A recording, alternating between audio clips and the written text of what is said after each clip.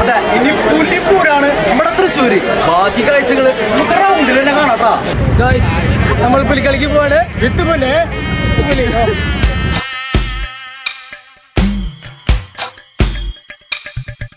പൂരങ്ങട പൂരമുള്ളൊരു നാട് നമ്മുടെ നാട്. ഓണത്തിന് പുലിയിറങ്ങണൊരൂര് നമ്മുടെ ഊര്. ഇപ്പറഞ്ഞ നാടിന് കരയേഴുമൊട്ടുക്ക് പേര്. കാണണമെങ്കിൽ കാണണം ഗടി ശിവപേരൂര്.